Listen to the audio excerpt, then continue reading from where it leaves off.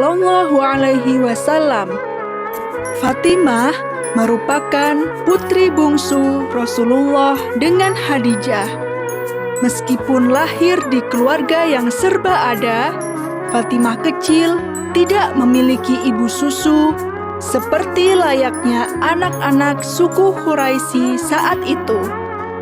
Ibundanya sendiri, Khadijah, yang menyusui Fatimah kecil. Selain dekat dengan ibundanya, Fatimah juga dekat dengan Rasulullah, ayahandanya. Bahkan, Rasulullah pernah berkata, "Fatimah adalah darah dagingku.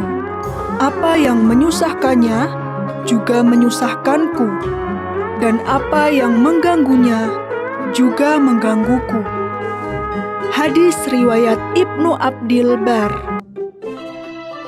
Ketika Fatimah berusia 5 tahun, peristiwa pengangkatan Nabi Muhammad terjadi. Sejak saat itu, kehidupan Fatimah berubah total. Namun, karena usianya yang masih kecil, Fatimah belum paham seberapa sulitnya hidup kaum muslimin saat itu. Namun, semakin hari dia semakin paham bahwa banyak orang membenci ayah serta ibunya. Banyak orang yang dulu bekerja dengan mereka, akrab dengan mereka, kini semuanya menjauh. Bahkan, paman dan keluarganya sendiri pun memusuhi ayahnya. Suatu ketika, Fatimah kecil melihat orang-orang menaruh kotoran unta saat ayahnya sedang sholat. Rasulullah tetap sujud dan tidak mengangkat kepalanya ketika merasakan kotoran ditaruh di punggung serta pundaknya. Fatimah kecil menangis lihatnya. Dia bergegas menghampiri ayahnya dan membersihkan kotoran itu. Dia merasa kesal saat orang-orang jahat itu justru tertawa gembira.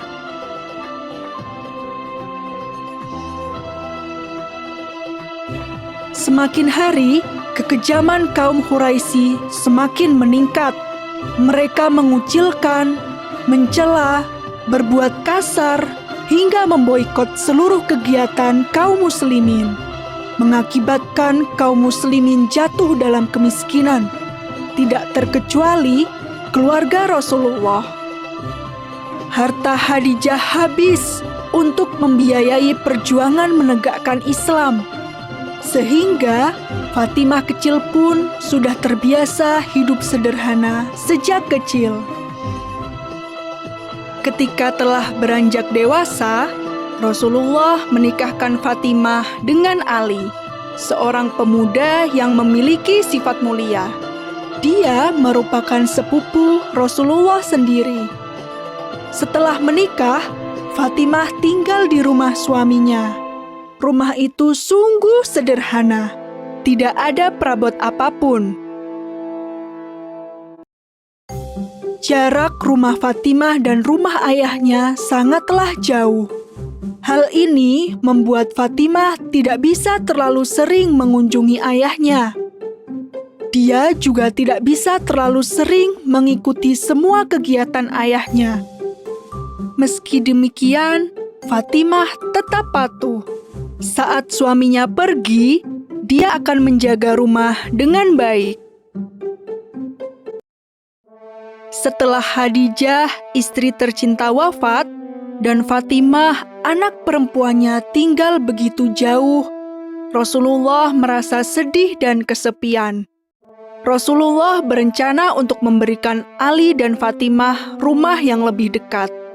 Salah satu sahabat, Haritsah bin Nu'man, mendengar kabar ini, dan dia pun merelakan rumahnya untuk ditinggali oleh Fatimah. Subhanallah. Fatimah terbiasa mengerjakan semua pekerjaan rumah sendirian, mulai dari membersihkan rumah, memasak, mencuci baju, hingga mengambil air. Hidupnya begitu sederhana, Pakaiannya selalu penuh debu dan arang. Kehidupan Fatimah semakin lengkap ketika dia memiliki 4 orang putra dan putri. Mereka adalah Hasan, Husain, Zainab, dan Ummu Kulsum. Rasulullah sangat sayang kepada para cucunya, terutama Hasan dan Husain. Bahkan Rasulullah berkata, "Keduanya adalah permata hatiku di dunia." Hadis riwayat Bukhari. Mengurus rumah sekaligus mengurus anak-anak sendirian bukan hal yang mudah. Apalagi kala itu kehidupan kaum muslimin begitu berat. Suatu hari, Fatimah mengadu kepada suaminya. Saat itu, Fatimah berpikir, bagaimana kalau kita meminta kepada Rasulullah 1 tawanan perang sebagai pembantu? Namun, Rasulullah menolak permintaan putrinya itu. Saat itu, ada kebutuhan yang lebih mendesak, yaitu menjual para tawanan perang itu, dan uang hasil penjualan itu akan digunakan untuk membeli persediaan makanan bagi seluruh kaum muslimin. Fatimah dan Ali bisa menerima alasan itu, namun tetap saja hati mereka merasa pedih. Malam harinya, Rasulullah menemui putri dan menantunya itu. Rasul berkata, "Maukah aku ajarkan kepada kalian yang lebih baik dari yang kalian minta tadi? Jika hendak tidur, bacalah takbir 33 kali, tasbih 33 kali, dan tahmid 33 kali. Ini lebih baik dari seorang pembantu." Hadis riwayat Bukhari. Peperangan terus saja terjadi antara kaum muslimin dan orang-orang yang membenci Islam. Fatimah dan wanita-wanita lain pun ikut berjuang. Mereka bertugas untuk mengobati prajurit yang terluka serta menyiapkan makanan dan minuman. Dalam perang Uhud, hati Fatimah pilu kala dia harus merawat tubuh ayahnya yang terluka.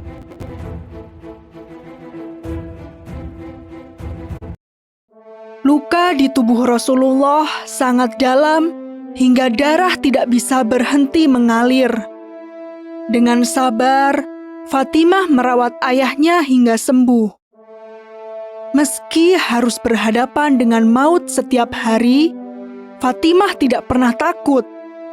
Dia terus berjuang bersama ayah, suami, dan semua kaum muslimin lainnya. Suatu hari, Rasulullah sakit parah hingga tidak bisa bergerak. Fatimah pun menjenguk ayahnya. Saat itu, Rasulullah membisikkan sesuatu kepada Fatimah. Namun, Fatimah tidak mau memberitahukan kepada siapapun tentang apa yang dibisikkan oleh ayahnya. Tak lama setelah itu, Rasul pun wafat. Barulah setelah ayahnya wafat, Fatimah kemudian bercerita tentang apa yang dibisikkan oleh ayahnya. Ternyata, Rasul berkata bahwa sakitnya itu akan segera berakhir dengan kematian. Dan Fatimah merupakan keluarganya yang menyusulnya paling cepat. Rasul juga berkata bahwa Fatimah adalah pemimpin pawan di surga selain Maryam bin Imran. Dan ternyata benar, 6 bulan setelah Rasulullah wafat, Fatimah sakit parah dan kemudian menyusul sang ayah.